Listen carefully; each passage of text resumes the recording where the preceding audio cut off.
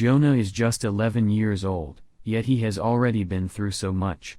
He had lost his beloved parents to a devastating war in West Asia, a war that took away all the joys of childhood from him. It had no other choice but to become a child soldier. He was considered a prodigy, but deep down in his heart, he hates weapons and all they represent. They were the reason why he won't see his parents ever again. At the base, he looked after 4 other orphans just like him, though they were only a few years younger than him. They saw him as more than an older brother, they saw him as an inspiration and a father. He was always there for them with a hug and a kind word in times of need.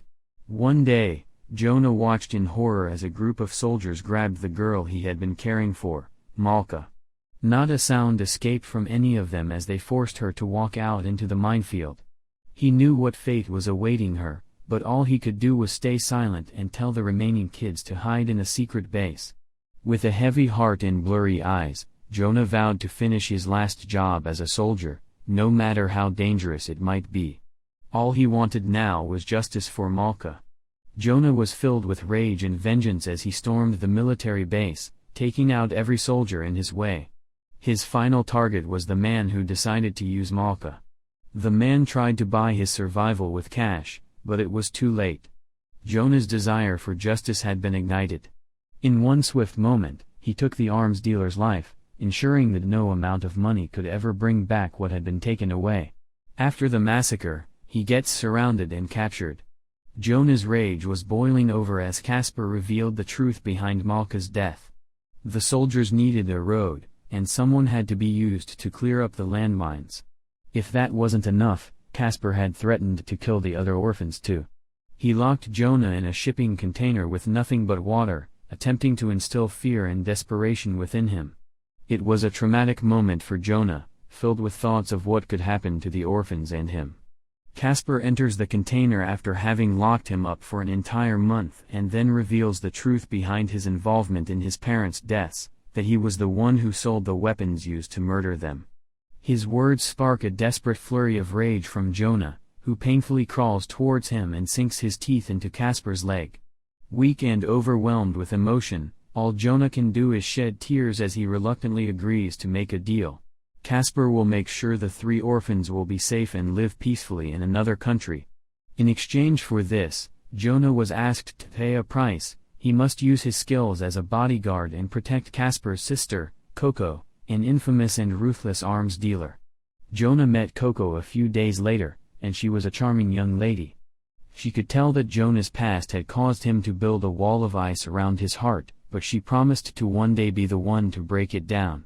Jonah's gaze was cold and unyielding as he was introduced to his new team, a crew consisting of Valmont, Lame, William, and Tojo. They were taken aback by the young kid joining them, not believing that he could actually be a soldier. But Jonah merely replied with an icy stare that all he knew was whom to shoot. He feels how his life became ironic, hating arms dealers and weapons, but now he's working for one. Despite this, he had no choice but to accept his fate. Everyone eventually comes around to liking him, except for Valmont. She's the one who makes all the boys in the group go weak at the knees. I swear it's her ass. Coco began to show him around, explaining that if he was to stay by her side, he would eventually need to accept weapons, something she knew Jonah was fiercely against. Even though he had a burning desire for revenge on arms dealers and was prepared to kill anyone who stood in his way, Coco made it clear that using guns would be necessary to overcome her team and get what he wanted. He was curious as to why she was an arms dealer, so he asked her. She replied, somewhat ironically, that it was all for the sake of world peace. Jonah eventually discovers that although everyone working with Coco has their own unique reasons, they all share commonalities. Everyone has been through tough times, and Coco is able to offer them a helping hand. She may look a bit wild, but she's just an adorable girl who happens to sleepwalk. Coco and his team received some important information. Another arms dealer is trying to sell helicopters to the Air Force and ruining Coco's previous deal with them. She decides to meet the arms dealer face to face and takes Jonah with her. He has to pretend he is her little brother to keep her safe. The rest of the team would use this time to try and persuade the Air Force to carry out their planned purchase. When they entered the room, they were welcomed by the arms dealer. It quickly became apparent that this chat wasn't going to be an easy one. There was a competitive atmosphere as they discussed the situation. When the dealer got angry and threw a coffee kettle at Coco's head, Jonah immediately reached for his gun with the intent to shoot him. But Coco held up her hand, stopping him from taking any further action, leaving him confused as he thought his job was to protect her. She was eagerly awaiting the news that the dealer's snipers had been killed and that instead of them, the Air Force would be making a deal with her. In the next instant, Coco uttered a single word, "Bang." In response, Jonah calmly drew his gun and fired, dispatching the dealer with precision. This kid is savage. It's just another day in the office for him. He turns away and checks Coco's injuries, feeling bad that he let her get hurt, but he felt a warmth wash over him as Coco embraced him. As they walked back, he began to understand that the arms-dealing world wasn't quite what he thought it was. Even though Jonah found Coco and her team strange, she had been kind to him from the start, treating him like any other kid. That kindness lingered in his heart even now. Coco took Jonah to Dubai, and it was there that she truly saw the innocence of his soul. Though he may have seemed emotionless on the outside, she knew deep down that he was still a child. She brought him into the airplane cockpit and let him get a glimpse of the world from up high. He stared in amazement, wide-eyed and full of wonder at all that lay before him. Despite all the darkness he had seen in life, this moment was so filled with hope and promise. Coco smiled softly for her young friend. Even in such hard times, here was a child whose spirit could not be broken. Upon arriving, Coco and Valmont go shopping. After ordering Jonah to study and enjoy the typical life of an 11-year-old boy, he decides to skip it. His priority is protecting Coco, so he follows the girls instead. He nervously steps through the streets of the town, unaware that a group of assassins from Orchestra had spotted him. Just in time, he manages to hide in an alleyway before they could catch him. He listens with horror as the assassins confront Coco and try to terminate her while Valmont is away from her. Jonah leaps from the balcony, firing his gun in the middle of the street. He is determined to save her. Bullets whiz by as they run and dive for cover on the opposite side of the road. It's intense, every second feels like an eternity. Jonah could see Coco's glowing smile even as bullets rain down around them. He thinks to himself, was she really this confident in her troops, or is she just crazy? But before he can figure out the answer, Coco plants a kiss on his cheek. Valmont desperately tries to make it back with a shield. The female assassin also got one, to be fair. Jonah is still trying to figure out how they got those shields, but Valmont's made-in-China shield was no match for the onslaught of bullets that came their way. Suddenly, Valmont is shot in the leg, and it seems like her days are numbered.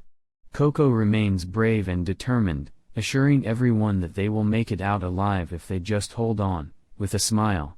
Jonah looks around nervously as he worries about the girl's safety and does the only thing he learned as a child soldier, get out and open fire, run toward the enemy while spraying and praying. The assassin is like a madman, thinking that he's about to take Jonah down. But the female points his gun to the sky because Jonah is a cutie, not going to lie. Lame appears using a hook line to pull Jonah out and scolds him for trying to delete himself just to save the girls. Jonah eventually settles down and gets ordered to flee with Coco as they escape through the neighboring city by the sea. Jonah expresses his belief that weapons can transform ordinary people into monsters. This is a surprise to Coco, who has never heard him open up about his emotions before. Delighted, she takes it as a sign of trust in their relationship. Coco looks at him with solemn eyes and says he's too kind for this world. One day, that kindness might lead him into trouble. A lot of people out there have even more guns than the military, and some of them can be real monsters. Jonah had come to understand that weapons could be used to protect nations and people, but he still couldn't bring himself to like them, knowing they caused destruction and took away so many lives. He definitely hated all weapons. The team travels to Africa, and Coco tells William to give Jonah an English lesson, trying to hide him from her brother Casper, who was on the ship.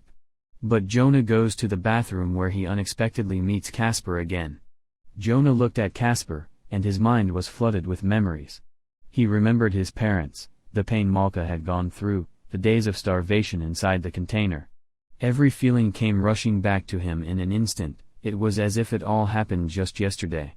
He boils with rage as he lunges forward, knife in hand, ready to make Casper pay for what he did to Malka and his parents. But Casper's bodyguard steps in just in time and takes away the weapon. Now burning with an even greater desire for revenge, he swears that one day he will find Casper, and then there will be no escape. Coco forces her brother to leave the ship, and Jonah explains how much Casper made him suffer. He still doesn't understand why he's still alive. He has the power to take life away, but he never had the power to protect it. He loved this world, yet a part of him wondered if it would ever love him back. She holds him close, not knowing how to answer him, and whispers words of comfort in his ear that no matter what, he'll never be alone. They arrive in South Africa, where they will meet Miami, Coco's business partner. Jonah starts improving his knife fighting with Valmet and starts to feel attached to her, not just as a mentor but more as a mother. She trained him and shared her wisdom on close combat despite her own struggles in Africa. Valmet had a difficult past in Africa. She was the only one to survive an intense battle against a ruthless opponent who tragically took away the members of her squad. She tried to remain composed while giving Jonah guidance. He observed it all, learning more than just techniques. He absorbed lessons of courage and resilience that would stay with him throughout his life. Jonah followed Coco to a weapons expo the next day. However, Miami was nowhere to be found. Bala, her assistant, was apologetic and explained that Chen Guoming, an enigmatic elderly Chinese man, had recently been visiting Miami, and that she was currently missing. Jonah and the team followed Miami's GPS coordinates to find her, but they were not alone. As they were on high alert, searching for any sign of Miami, they could feel an unseen enemy lurking nearby. It was as if danger was in the air itself. Every step forward seemed to take them deeper into a threatening unknown. Something was out there waiting for them, and they had to be ready when it revealed itself. Jonah had a plan. He was going to shoot at random and cause chaos amongst the enemy. He let loose his gun, and sure enough, one of them appeared and fired back. But they weren't prepared for what happened next. Chen Guoming's bodyguard immediately stepped in and eliminated the threat with deadly precision. Unfortunately, it was her teammates' friendly fire. Jonah watched as the enemy slowly emerged from cover, believing they were now safe. He ordered Lame to stop firing and instead take aim at their targets one by one. His plan worked, and all the soldiers were eliminated except for Karen, who was taken on by Valmet. She recognized Karen's fighting style, which reminded her of the man who had killed all her comrades in Africa. Valmet literally beats Karen as hard as her mother beat them with a sandal and then lets her go to track her master. While waiting for a new update, Jonah gradually begins to feel more and more connected to the team, particularly Coco. She is very kind to him and always shows him a great deal of warmth and care. With time, Jonah starts to feel like he has a real home with them. He can count on them for support, understanding, and friendship. Valmet finally gets a new update on Karen's master and left to seek vengeance for her comrades. Jonah, afraid of losing her, decides to follow her without her noticing him, but it doesn't work. She finds him following her and angrily throws a punch at him. But Jonah doesn't want to leave her side and wants to help her find the man responsible for all the pain she experienced in Africa. Together, they venture to Chinatown to confront the person they were looking for, Guoming. Valmet secretly puts something into Jonah's dinner that makes him fall asleep, so she can go ahead with her plan without him. She looks at him, thinking about how much he has changed since the first time they met and how she now trusts and cares for him. She doesn't want to put him in danger, so she kisses his cheek and whispers that she is grateful for all he has done. Jonah wakes up soon after Coco goes outside. He's decided to make sure she stays safe and make sure she is able to get revenge. He couldn't protect anyone before, but this time he will make sure to protect her. At Guoming's headquarters, Valmet slaughters all of his enemies but almost gets shot by a sniper. Thankfully, Jonah shows up in the nick of time, taking out the sniper and shouting encouraging words to her. With Jonah's support, Valmet faces off against Guoming and ultimately gets her revenge, avenging her fallen comrades. Jonah and Valmont complete their mission and are walking back together, sharing warm smiles. But then, Karen arrives. She is horrified to find her boss dead. She is full of rage and sadness and starts shooting wildly. Valmont bravely jumps in the way, shielding Jonah and taking the bullets with her body. He shouts her name right before Valmont collapses in his arms. Karen, still reeling with sadness and sorrow in her head, starts crying and shouting about how sick she is of this world.